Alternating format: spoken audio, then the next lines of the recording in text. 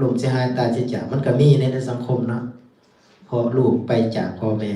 มาแล้วเพราะนั้นพ่อแม่จริงมีคุณธรรมอยู่5ประการ1เพิ่นว่า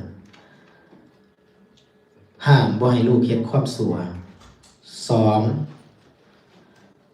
สอนให้ลูกเป็นคนดี3ส่งเสริมให้ลูกได้มีความรู้ศิลปะวิทยาได้ได้เรียนมีสติปัญญาคือบ้านคือเมืองเขาแม่นบ่แม่น3มาเมื่อลูกเต้านี่4มาเมื่อลูกเต้านี่ถึงวัยเวลาที่มีครอบมีครัวกับพ่อแม่ก็สนับสนุนทั้งโดยทั้งตรงทั้งอ้อมดีอกดีใจแม่ตัวเองเขานั่นน่ะโอ้ลูกเฮาใหญ่กะหน้าบ้านมีครอบมีครัวเขาแล้วและก็ประการสุดท้ายประการที่5เพิ่นว่ามอบทรัพย์ให้ในสมัยอันควร